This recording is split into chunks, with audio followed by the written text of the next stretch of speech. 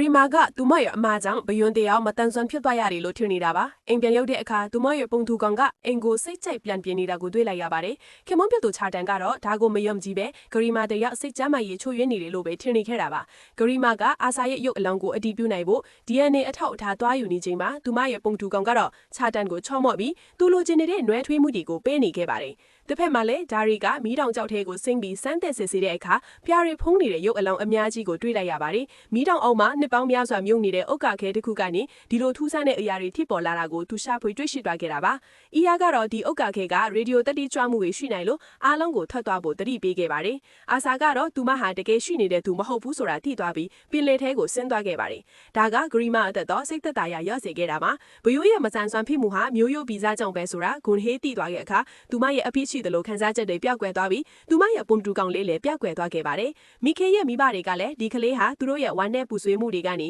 ဖြစ်တည်လာတဲ့ပုံရိပ်တစ်ခုပဲဆိုတာနားလည်သွားပြီးတားဖြူသူရဲ့တေဆုံးမှုကိုလက်ခံနိုင်ဖို့အထဒီပုံတူကောင်လေးကိုရေထဲမှာနှစ်သက်လိုက်ကြပါတယ်။ဂစ်စလီကလည်းမက်ဂနီယာကိုတောင်ကမ်းပါးပေါ်ကနေတွန်းချပြီးသူ့ရဲ့ဝန်ထုတ်ဝန်ဖိုးကိုရှင်းပစ်လိုက်ပါတယ်။နောက်ဆုံးမှာတော့ဂရီမာကသူမရဲ့ပုံတူကောင်နဲ့တနက်နဲ့အသက်ကိုလောင်ချီထပ်တဲ့ဂိမ်းကစားပြီးအနိုင်ရရှိသွားခဲ့ပါတယ်။သူမကပုံတူကောင်နေရာမှာဝင်နေပြီးသူမလိုချင်တဲ့ဘဝကိုဖျက်ဆီးဖို့ဆုံးဖြတ်လိုက်ပါတယ်။ဒါပေမဲ့မီးတောင်ထဲကနေပလာရီဖုံးနေတဲ့ရုပ်အလောင်းတွေထပ်ပြီးထွက်လာတာကြောင့်ဒီလိုပုံတူကောင်တွေထပ်ပြီးပေါ်လာအောင်မှထိတ်နေပါတယ်နော်။